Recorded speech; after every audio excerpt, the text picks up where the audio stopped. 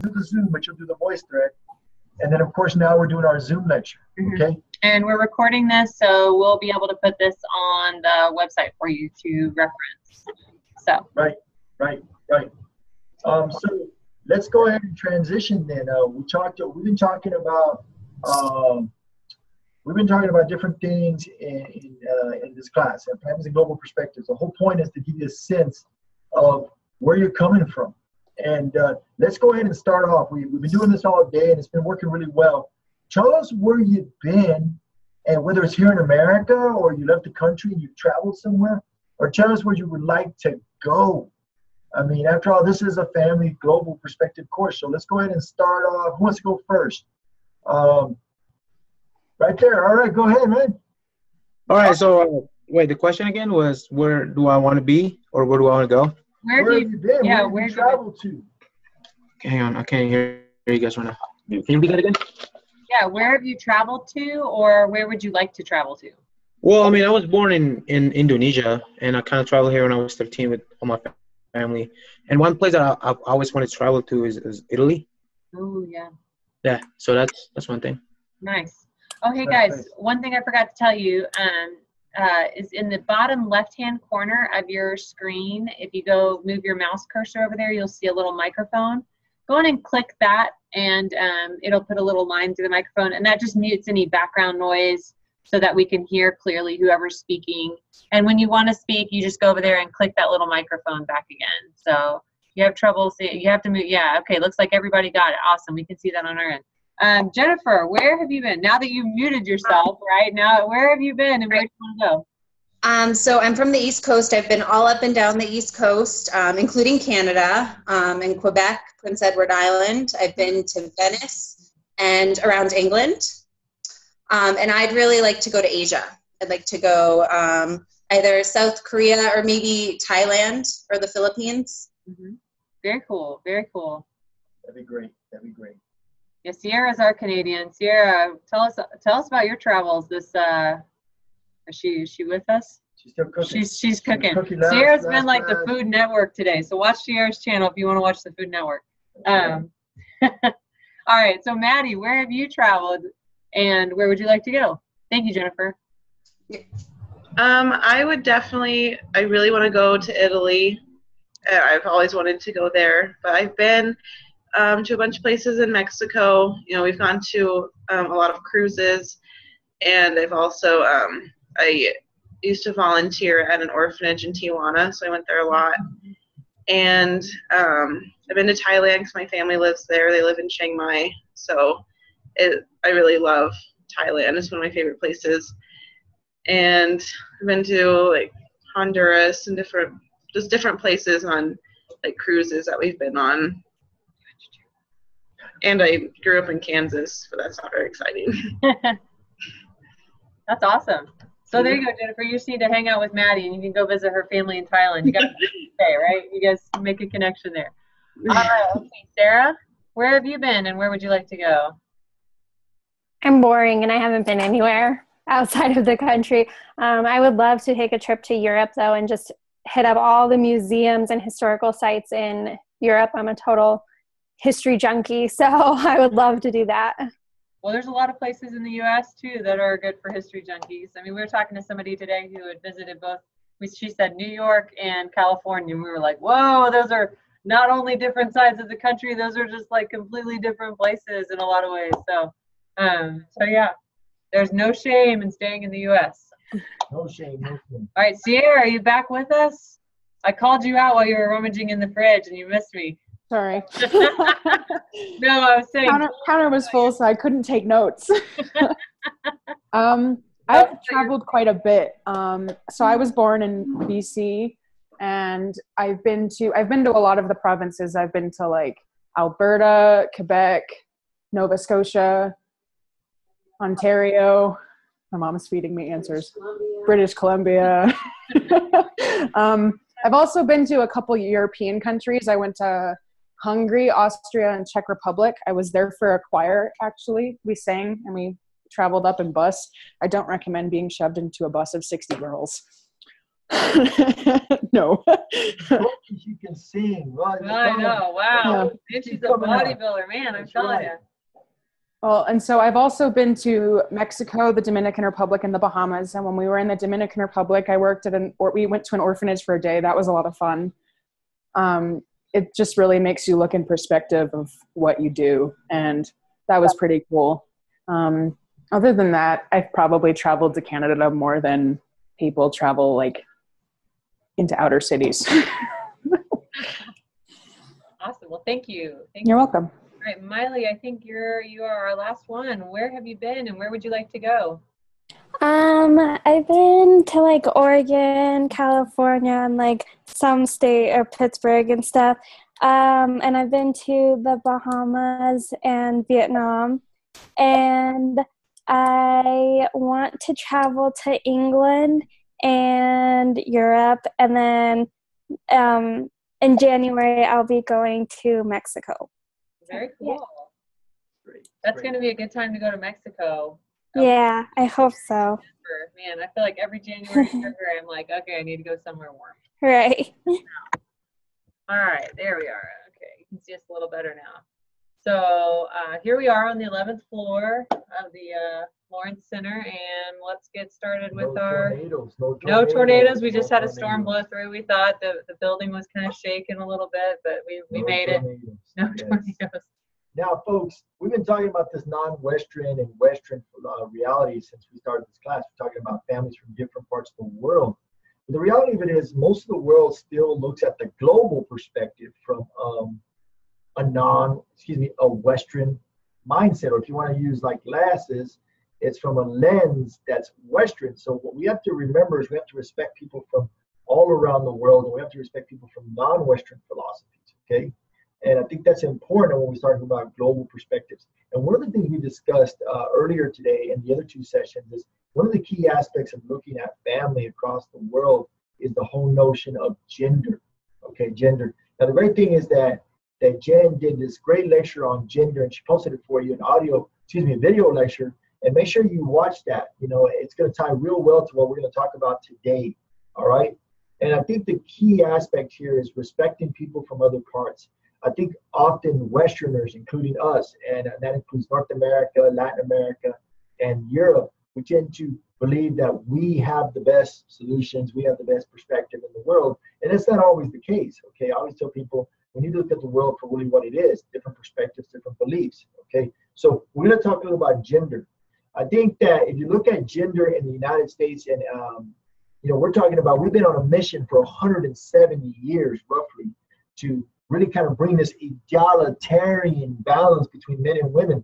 Now, this is not necessarily a heterosexual or a gay or lesbian point. The point is men and women, this balance within the family, within the community, within the employment, which would be the exo system.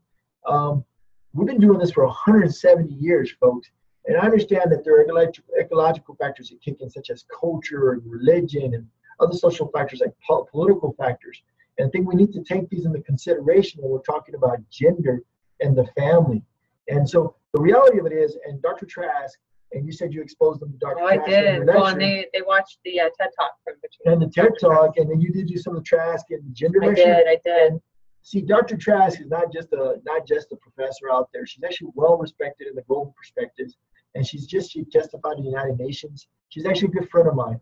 And I had a chance to see her last week when I went to the national conference, and we had a chance to really talk about this. Our societies, our world, across the world, including the West, we're still very male-oriented. We're moving in the direction towards the egalitarianism, the balance. We're still not there, but it depends on the nations that you look at.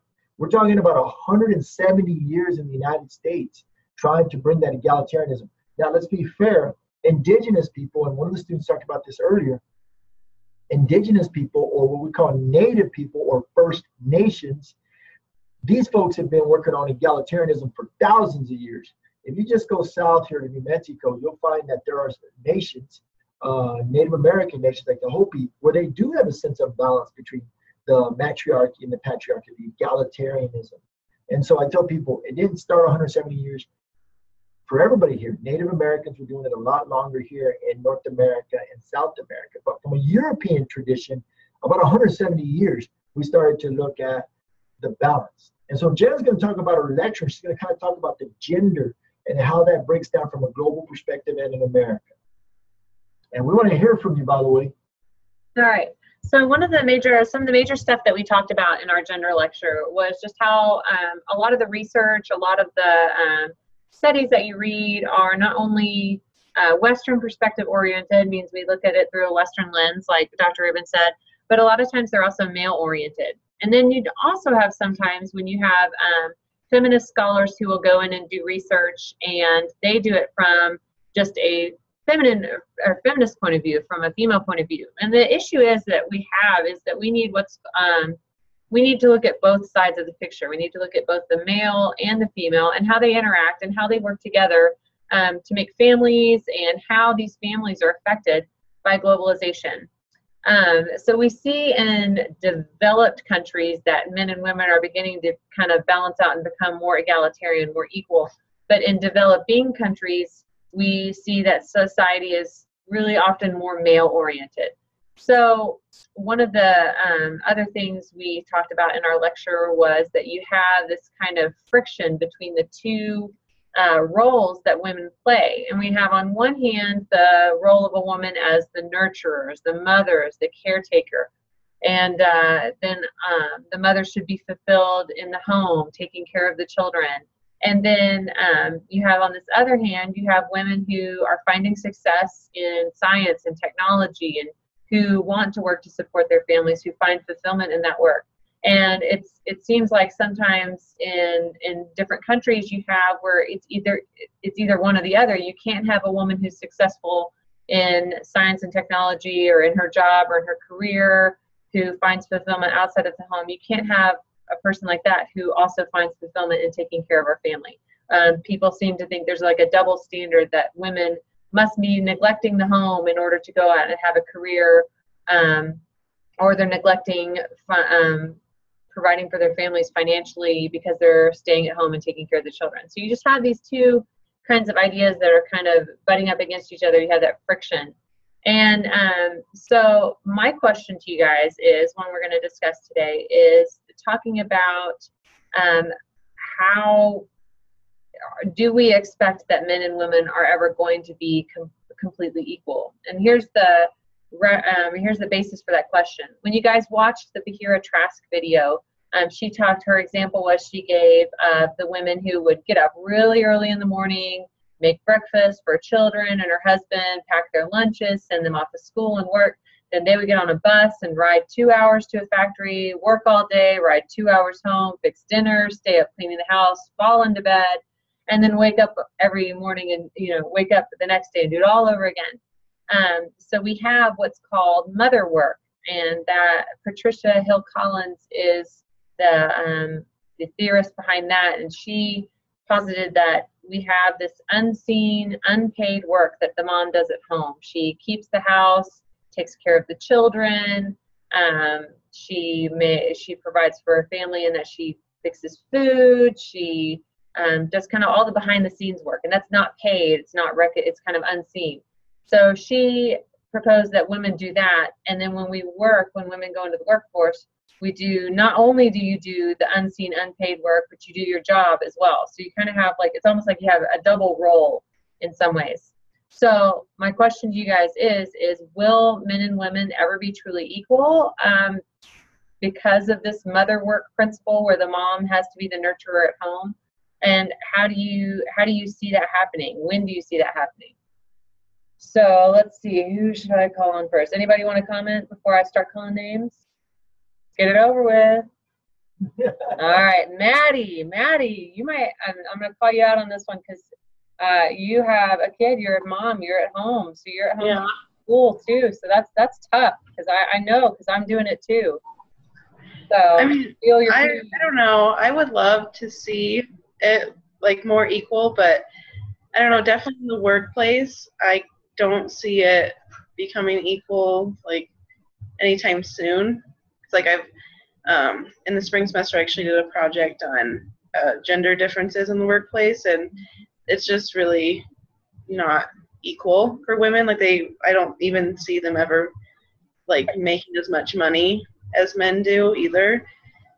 And for the roles of like at home, I definitely think that it's true with like the mother work, I guess, being less valued and stuff and not viewed as work really, and like you don't get paid for it. But I don't know, I don't see it being very equal anytime soon. What surprised you when you did your project on gender differences in the workplace? What surprised you the most? What did you learn that surprised you? I'm not sure if it was really surprising, but it really covered the whole glass ceiling type of thing too, and how it's really hard to move up in a company. And I did a big section on like harassment and stuff that women have to deal with. And so I'm not sure that it doesn't really surprise me, but I guess it's kind of surprising how present it still is. Right. Well, and if you guys thank you, Maddie. And if you guys watch the Japanese families article or lecture that I posted, one of the things we talked about is how the glass ceiling in Japan is much lower than it is here. We have Japanese women who are trying to enter the workforce, and they can't get the same benefits as men in Japan. They can't find the same jobs. They aren't accepted or interviewed for higher paying positions because there's a cultural stigma there. And what we look at when we're looking at global families is we want to see, well, how does that affect the family when women can't get those jobs? Well, in Japan, what we see is that a lot of Japanese women are actually leaving the country. They're going to pursue higher education elsewhere, or they're going to pursue jobs elsewhere. And not only does that affect them, obviously, they're going to a new culture, going to a new place, but it also affects the people that are in Japan. We have men who are looking for a wife, or people who are looking for a partner, and they aren't able to find it because the pool is shrinking because everybody's leaving. You might have Japanese women who have to leave their families in order to go find a high-paying job or higher-paying job in order to support their families. And once again, remember that's that friction between those two roles. And when women leave the family, it's a lot different. It's viewed differently from when a man leaves the family to go and find work. When a man leaves to go and support his family or to find work, Dr. Rubin was talking about this earlier. He in his culture, that when men left, it was like, oh, you're leaving to support your family. Good for you. You're going to improve their lives. It's going to be great. That's awesome. But when a woman leaves, it's not viewed the same way. It's almost viewed as abandonment. Hey, Raina, can you hear us? Is that Raina? Yes, that's Raina. Yeah, Raina, can you hear us? I can. Can you hear me? Yep, we can hear you. Good. Raina got dropped from our lecture earlier today, so she's going to Skype in for the last 20 minutes or so. So, Raina, what we're talking about is a little bit about the glass ceiling and about, will men and women ever be like truly equal? Because we have this idea of, when the woman enters the labor force, not only does she have her job outside of the home, but she also has all the work back inside of the home, what we call mother work, the unseen, unpaid labor. Sarah, what do you think about this? What do you think? What's your opinion?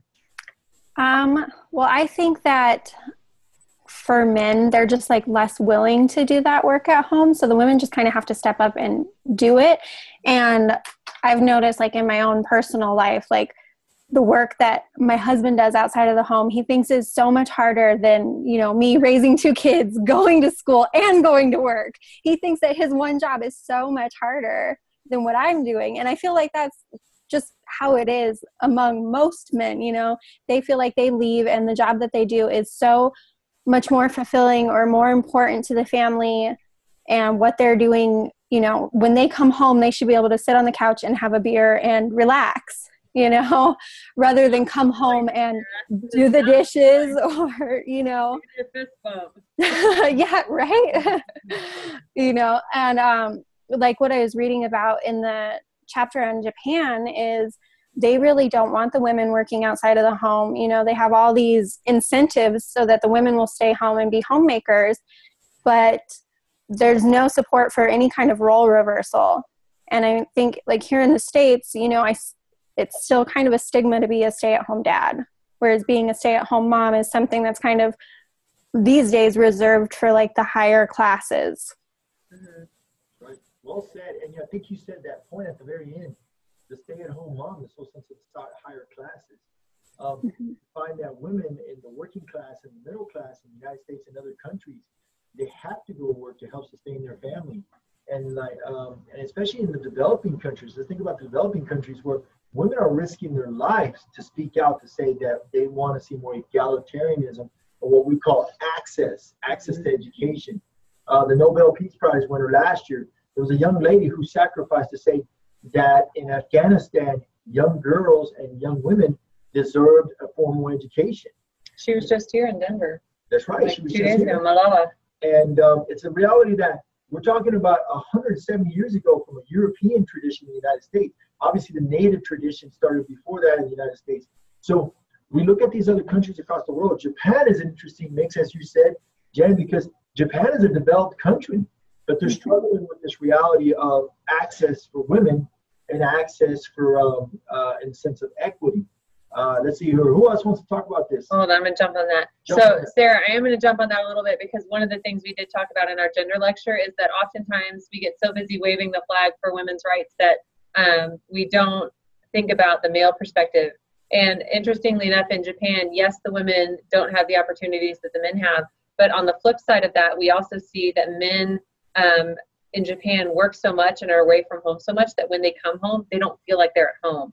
They feel isolated. They feel like there's not a place for them in the home. And that's why, that's one of the reasons we actually do see a lot of domestic violence and issues in Japan, because the men just don't, they feel like they have no place. The woman runs the show at home. She's there all the time. She's there with the children. They typically have the mother and child bond in Japanese families is typically very strong, because that's the parent that they see, that's the parent that they interact with. And dad's the one who comes home on weekends sometimes and they have a little bit of fun with. So, of course, when we do our gender analysis and globalization, we also want to consider the male's point of view. But I am, like I said, I give you a virtual fist bump because I know moms who work and go to school, it's tough. I feel your pain. So, all right. So let's see who else. And thank you so much, Sarah. Jennifer, did we hear from you yet? I'm trying to remember who we've called on so far. I think yeah. Jennifer. I didn't share it. So for me, I think I've seen a lot of progress. My dad actually stayed home and raised me and my sister while my mom chose to work. So I've experienced it the other way. I also worked with mostly women when in school. So I didn't really experience any gender differences because we were the majority. So I think we have a long way to go still. And obviously my experiences are only a small part of the whole of what women are experiencing, but I think it's changing. I don't have kids, but also like at home, like my boyfriend does probably just as much stuff around the house as I do. We've divided it pretty equally. You guys have more of an egalitarian kind of arrangement going on. Yeah. Like he does all the cooking, I do all the laundry, and then like other stuff we just divide up. Awesome. Very cool. Yeah. So I feel like it's definitely not equal, but I think it's growing towards getting more equal. Awesome. Yeah. One of the students in one of the other lectures made the point that she feels like with each generation, it starts a little bit more accepted for dads to stay at home. I feel like even with my grandparents and with my parents, they wouldn't have thought of a man staying home. But several of our friends in our neighborhood are stay-at-home dads, and nobody thinks about it. Like nobody blinks twice. They change diapers. Yeah. Sometimes their kids wear plaids and stripes at the same time. But nobody says anything. It's all good. No, they're good. So thank you, Jennifer. Miley, what do you think? I would have to agree with Jennifer. I think that it is changing too. My my dad does a lot of the housework because my mom works a lot, and so she like has 2 jobs, and he is at home most of the time, so I'm a lot closer to him. And so I agree it is changing, and obviously it's not completely egalitarian, but I also think like it's not, like you said, the generations thing. I think that I see a lot of people who, if the significant other doesn't have a job, they're at home, and I feel like people, if it was a male, like they would feel bad for them or something, but if it was like a woman, they're like, oh no, you have to go get a job and raise the family and stuff. And so yeah, that's what I think. Good job. Thank you, Miley. All right, let's see who's next. June Milano, did I say your name right? Did I say it right? Awesome. June Milano. Yeah. What do you think? You and Dr. Rubin are our lone males in the discussion, so you guys gotta be the ones holding up the men's rights sign today. We'll take an L on that one because you guys gang up on us right now. We do. It's tough. Do I see it? It is changing. I mean, I see it with my dad. I mean, he was born in Indonesia, which is a developing country, third world country, and you kind of see a little bit of nuances of kind of his gender preferences from being a male. It's just kind of weird now. He's like moving here, and then my mom being at work, how he would never wash the dishes at all, or cook rice, or do anything else. Like drop us off for school. So now things changes a little bit, and because financially. And one point, I do agree that it is changing, but although it is slow, I mean, if you look at the history of the world, you can kind of see how like male dominance over female has been, throughout the history. And it's been, I'm guessing, the 50s where the women's right movement started. It's only been 60 years, so it's gonna be slow. And I think this is where we kind of see the changes happening. Right. And I think that the process, the society has to be open to it. There has to be that sense of, if you're marching across those bridges for egalitarianism, it has to be not just women. There's got to be men on those bridges marching for the rights of the egalitarianism between men and women. So well said, man. And yeah, right. Yeah. So like nowadays, everything has become like social, I feel like, and I feel like professional wise, we might not get there, but I feel like in terms of like home life, with husband and wife, it could be a little bit more collaboration in terms of equality wise, just them setting it up. Right. And one of the things we didn't talk about in the other sessions, interesting enough, is what we're engaging right now in social networking through technology. This is going to expand. This is going to make the movement faster because people connect through cyberspace. And cyberspace, and we know the last 10 years has made successful revolutions across the country, and across the world. And so this is a very new ecological factor in our societies, not just in America, across the world, that cyberspace, what we're doing right now, creates change. And in this case, we're talking about gender in the family and the world, right? And this is something that the world would never even thought about. That let's say we had students coming in from Asia, like you said, Indonesia, from Europe, and from different parts of Africa. We could be having these discussions that would impact the social reality, the family reality out in the community. So it's going to change, and it's going to go faster, in my opinion, because of technology. And I think it's a good thing. Yeah, that's just because one thing is just because we're aware. I mean, if you look at Malala, who I believe gave speech 2 days ago, we would never heard of her in the 90s. That would, we had to wait about, 1 or 2 weeks for the paper. We don't have the internet, which is like flash and like right now and then. So yeah, I hope it'll get much faster, as it should. Well, it's the discussion that we talked about earlier in the semester, the back porch and the back deck and the front porch. Remember, basically the cyberspace basically gives us the best of both, right?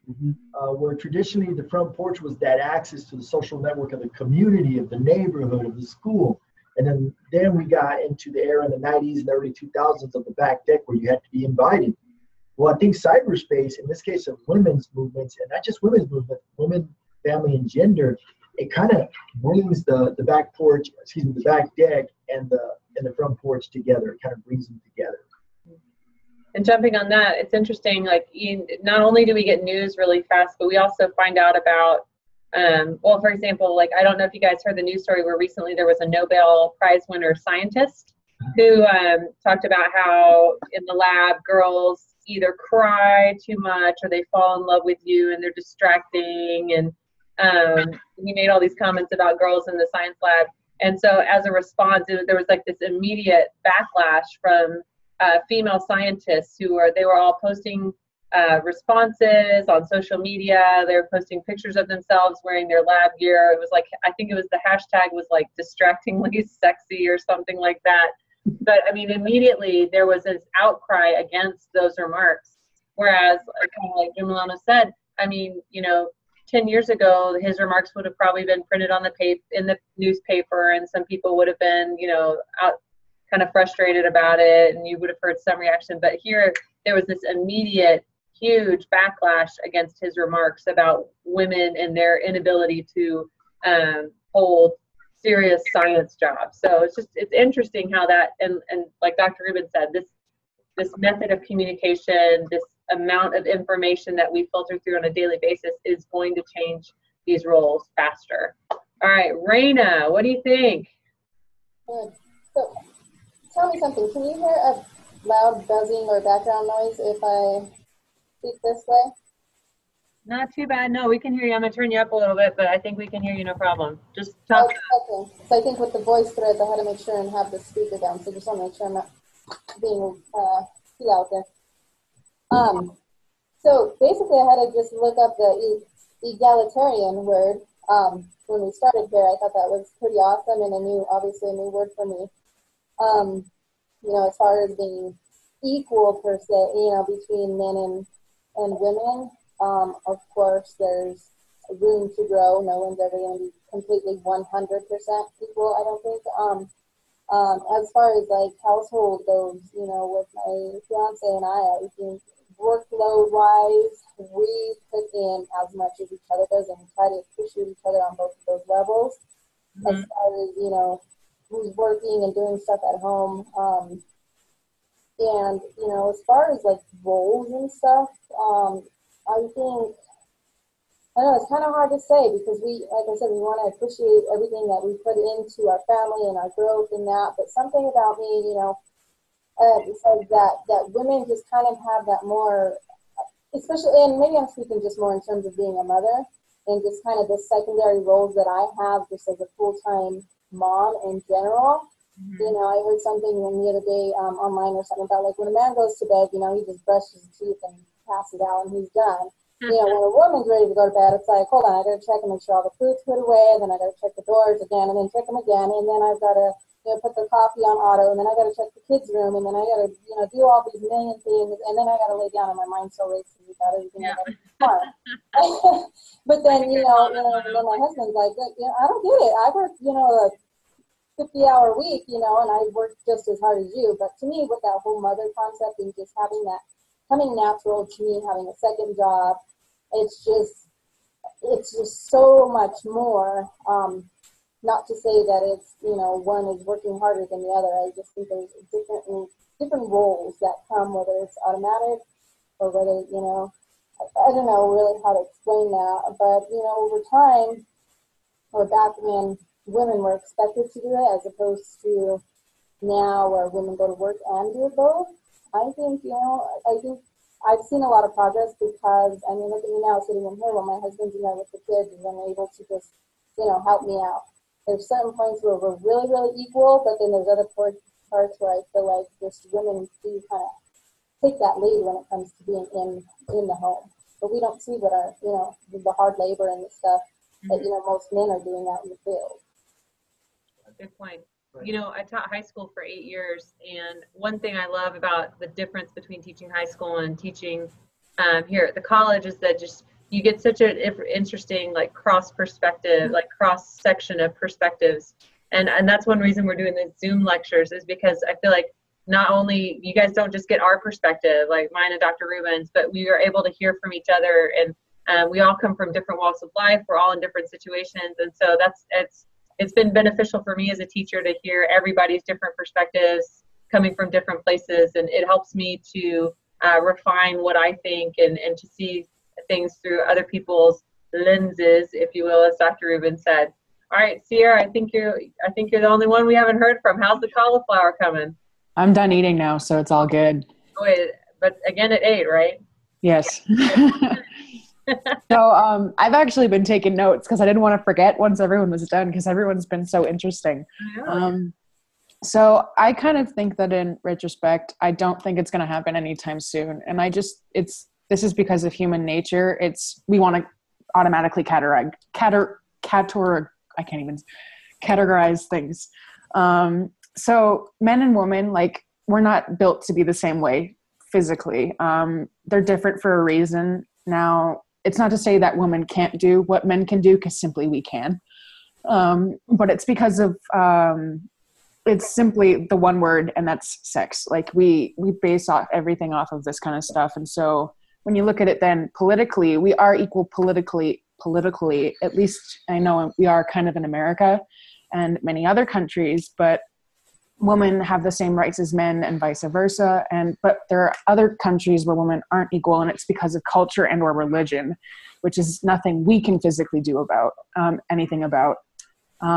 So then when you look at women in the West, because I know we've been looking at like women in the non-Western countries, women in the West have greater benefits and opportunities and the ability to be independent, but we can't really mistake that for equality. We still have to fight for rights when it comes to controlling our own fertility, when it comes to the rights of termination.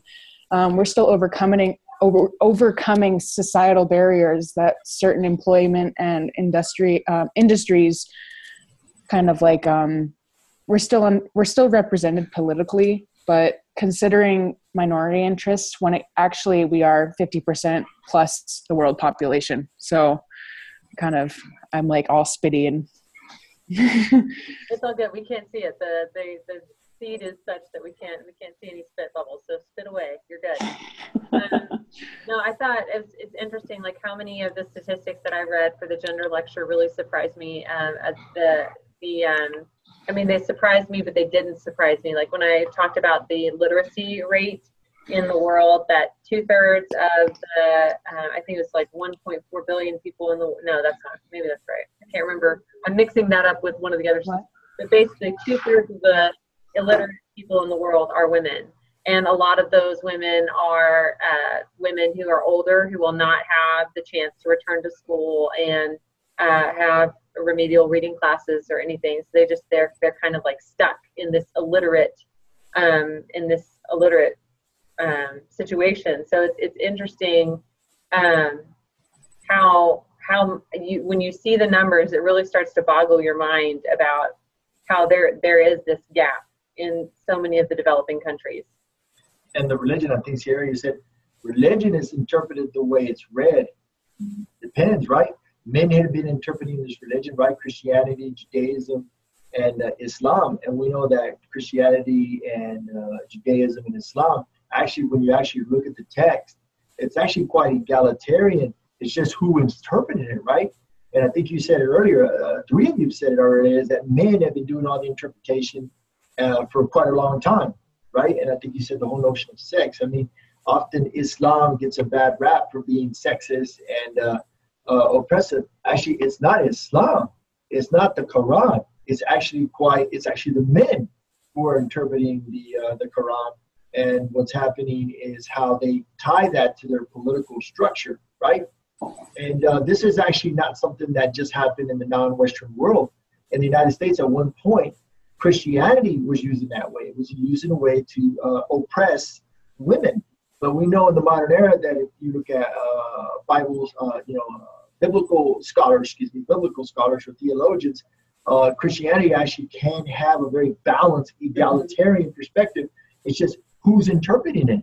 And you folks have made a good points about this idea that there is this sense that if we're going to get balance, there has to be a voice, right? There has to be a voice. And ecologically, it has to be accepted in the exosystem, the policies and laws that are written. I mean, from a perspective of economics, one of the students talked about this earlier in the day. She talked about the 75 cents that European American women make, and then it's roughly 69 cents for African American, Asian women, and Latino women. I thought that this discussion would be passed. I thought it's 2015. I'm still having this discussion. I thought back in the late 90s when I first became a professor, I thought this discussion would have already passed, and we're still having it. And I think it starts with, we talked about parenting in the other class. Really, folks, parents need to socialize their boys. They need to socialize their boys to see the world in this balanced way. My sons are, my second son is 8 years old now, and this is something I've been really working with him on, that and telling him that girls can be just as good athletes as you can. They can be just as smart as you, and they can do just anything they can and you can, and they can do it better. And you can do it just as well as them or better. But you have to respect the balance. And he's 8 years old, and he goes to school, and he meets other little boys who don't see the world that way. They see the world as, no, boys are better than this, and girls are better than that. And I tell people, this can be detrimental, this mentality of, well, you're better than this, and I'm better than that, and that's just the way it works. I mean, obviously there are physical change differences, but from a mental standpoint, cognitively, we're the same species. And I tell people it starts with socializing, especially boys and girls, to let them know that they can be just as good. With the studies, we know that girls who go to all young ladies' school, young women's school, they are more confident. They go to all girls' school, and they just get all young women's school. They're more confident, but they're not competing with that gender difference. They're not competing with that. So well said, Tierra. Well said. So, did you get time to talk about each assignment? I did. I was going to jump on your comment. So I'll speak from a personal example. So I'm here at school doing Zoom lectures at 7:45 at night. My husband is home putting the boys to bed. And I do come from a pretty, let's see how to say it, kind of a more conservative background. I'm from the South. My family has a kind of a conservative religious tradition kind of built into our family culture. And so me leaving my boys and coming here to school and doing school instead of being at home with my boys is kind of a big deal for some of my family members. And in fact, some of my peer group that I grew up with, and I've received criticism because they're saying, well, why aren't you at home with your children? Are you not being fulfilled? And it's interesting because one of the reasons that I told them that I want my boys to see, my boys are 2 and 4, so they may not get this yet, but I want them to see that it's important for mom to be able to leave and have her own find her own fulfillment, and for her to succeed in things as well. It's just as important as it is for daddy to succeed in stuff. It's important for mom, and mom isn't just mom. Mom's also a wife, and mom's also a student. Mom's also a teacher. Like, there's so many roles that we all play, and I want my boys to see that all those roles are important, not just one or two. Of course, I do love my boys, and I do love being with them. And poor Dr. Rubin has to put up with them because I always bring them to meetings in his office. So they're usually here, like, coloring on the carpet and climbing the bookcases, and It's not a problem. I mean, the major, after all, is called family relations, right? We practice what we preach. Exactly. I used to bring my boys to class. And when I taught my family relations class in Ohio, and I taught my early childhood education class in Ohio, I would bring my sons and hold them. And I would do lectures. I'd put them next to me, and the students would be like, wow, you're the only professor who brings your kids to school. And I'm like, well, we're trying to people understand that you can have your children. You can have your children. And just go, of course, within a certain environment to the child is okay, and the learning environment is okay for the students, right? But I think Jen's kind of really hit on a note there. People often say, okay, religion and tradition, you can have a balance between these things. Mm-hmm. And we're seeing this in developed countries, right? United States, Canada, other countries, where a person might have a certain social, cultural, religious ancestry that, you want to respect that, right? The mother word. Patricia Hill Collins talked about how you don't want to chastise women for wanting to be with their children and wanting to take care of their families. Patricia Hill Collins was a social cultural feminist, right? She said, no, you want to blend that. You know, the mother work is take care of your family, take care of your community, right? Not just the family, but take care of all those other children and families in the community, and you can still have a career. I tell people it doesn't have to be these extremes, one or the other. And so Patricia Hill Collins was one of those feminists who said, no. It's okay to take care of your family based on your traditions, your culture, your religion. Now, in developing countries, this is threatening, okay? And I'm using my hands like this because there's a reason why it's threatening, because it's not so much the social cultural traditions that the women are trying to keep, at the same time go and have a career. This threatens the political fabric if it's been male dominating. And as I said before, women are sacrificing their lives across the world to change family policy. And we take it for granted sometimes. You said, Sierra, you said it. We take it for granted because we've been doing the women's movement in North America for 100 and something years old, 170 years. We've been doing a women's movement since the 50s, 1850s. Seneca Falls were the first movements in America. So we can't judge other countries for women. Oh, why don't those women stand up for themselves? Folks, you got to remember, we live in a country that we have rights. I think Sierra kind of said it some of the best. Women started voting in the 1920s. There are other countries where women still cannot vote. And I just tell people, if a woman doesn't have rights, then her children don't have those rights. It's a family aspect, not just the women. I myself come from a very strong family of women. My 3 older sisters, my mother. My mother, unfortunately, my mom and dad got divorced because my father was abusive. But my mother always used to say, it's okay to be a woman and have your family and have your culture and your children. But at the same time, I want you to have a career and have an identity outside the home. This is what my mother would tell my sisters. And my mother, people would say, well, what, are you disrespecting your culture? No, my mother said it actually brings more light to your culture because that woman's out there representing that culture or that religion.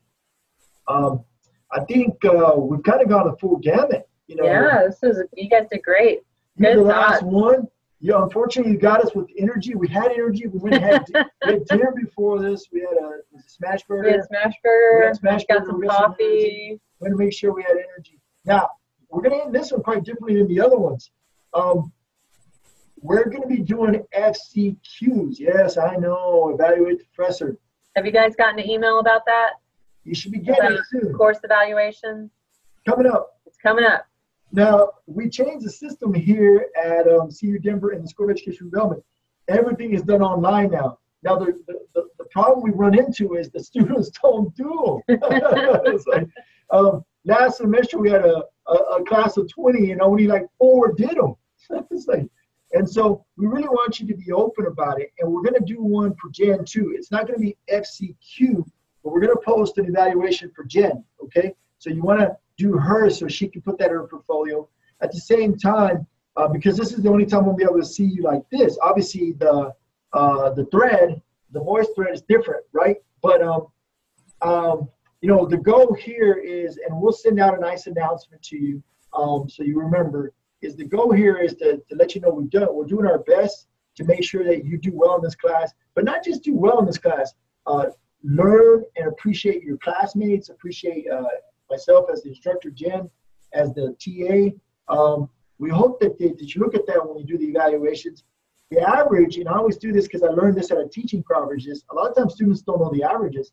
The average is 5.0 in our school and Education and Human Development School. And I believe based on the format, the online format, the 1-month process, it's been like this. I believe that we, and when I say we, Jen and I, we really worked hard to be above that average because we're trying to give you a higher standard education. So please do those evaluations, okay? You should get the call. You should get the announcement in the near future that the FCQ evaluations will be coming out. And we should have done that with the other groups, but I just thought about it. But that's all right. We'll send out a message to the other groups.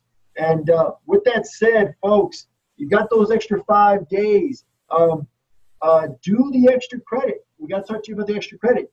Oh, yeah. I did post a thing on Canvas about extra credit. So you're going to see that popping up should be on the module, week 3 module. It was there as of 3 hours ago. So North Country, it's a film. You probably can watch it for free on, if you just probably find it online.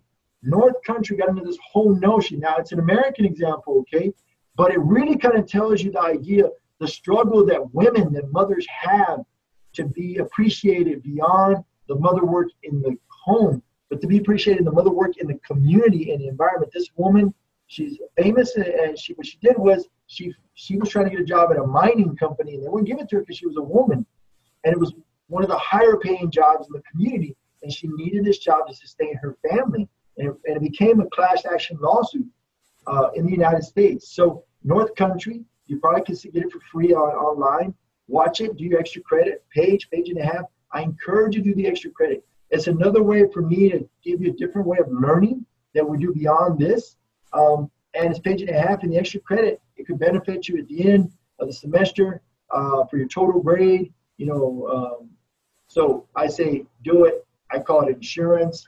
Do we have a due date on extra credit? Well, normally we do it at the end of the semester. Normally we do it like on Friday, but we extended everything. So you can do the extra credit. You can turn it in on that the 7th, because normally it's the end of the semester, and so it's going to be the 7th. Okay. All right. Well, listen, have a good night. Be safe. And we look forward to hearing from you. If you have questions or comments about the papers, you need help, and you want to talk to us, you don't want just my feedback over email or Jen's feedback over email, just say, hey, can you call me? This is the number I can be reached, and we'll call you, or we can do a Zoom or a Skype.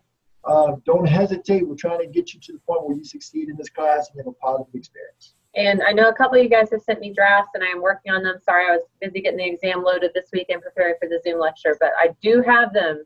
I'm looking at you, Maddie. I have your draft, and Dr. Rubin's going to read your stuff for 2,200. I'm going to read your 3,250.